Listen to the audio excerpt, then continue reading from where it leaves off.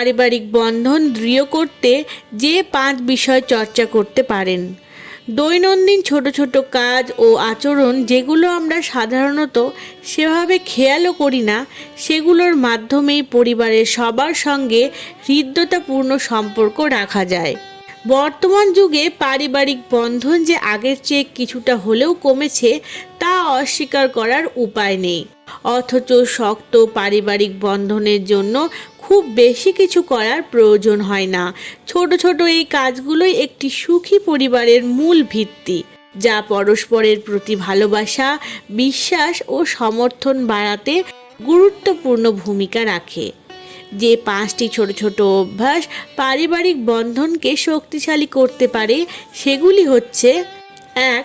প্রতিদিন অন্তত একবেলা সবাই একসঙ্গে খাওয়া।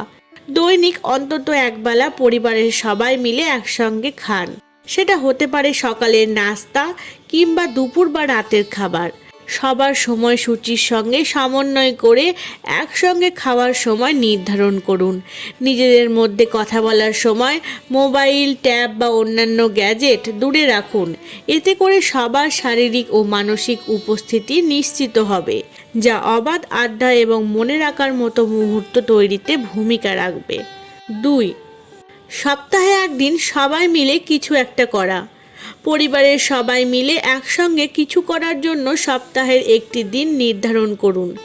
এটা কোনো বোর্ড গেম, একসঙ্গে সিনেমা দেখা, বাইরে ঘুরতে যাওয়া সহ যে কোনো কিছুই হতে পারে। যাই করুন না কেন সবার অংশগ্রহণ নিশ্চিত করার চেষ্টা করুন। সবাই যাতে নিজ নিজ পছন্দের কোনো না কোনো কিছু করতে পারে সেইভাবে পরিকল্পনা করুন। একসঙ্গে কাটানো এইসব আনন্দময় মুহূর্ত পারিবারিক বন্ধন শক্তিশালী করবে। 3. প্রশংসার রীতি চালু করা। পরিবারের সবাই যাতে এক অপরের ভালো কাজ বা গুণের প্রশংসা করে সেই রীতি চালু করুন। রাতে ঘুমানোর আগে কিংবা খাবার টেবিলে অন্যজনের প্রশংসা করতে পারেন। শুধু ধন্যবাদ দিয়ে দায়িত্ব শেষ না করে তার ভালো দিকটি সম্পর্কে বিস্তারিত বলার চেষ্টা করুন। মানসিক সমর্থন বা সহায়তামূলক কাজের জন্য আমরা যদি পরিবারের সদস্যদের নিয়মিত প্রশংসা করি তাহলে পারিবারিক সম্পর্কের গতিশীলতাও বাড়বে এবং একে অপরের কৃতিত্বকে স্বীকৃতির গুরুত্বও অনুধাবন করা যাবে। 4. নিজেদের জন্য একান্ত সময় বের করা। ব্যক্তিগত সময় এবং পারিবারিক সময়ের মধ্যে একটি স্পষ্ট পার্থক্য স্থাপন করুন।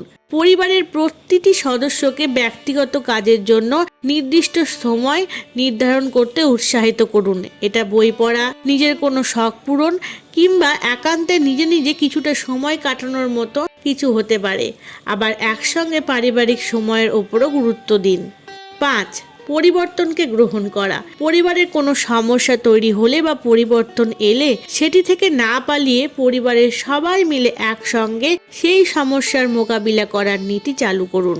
প্রতি সপ্তাহে সমস্যা সমাধানের জন্য একটি নির্দিষ্ট সময় বরাদ্দ করুন। যে কোনো সমস্যা বা চিন্তা নিয়ে খোলামেলা আলোচনা করতে সবাইকে উৎসাহিত করুন এবং তারপর সমাধান খুঁজে বের করার জন্য একসঙ্গে কাজ করুন।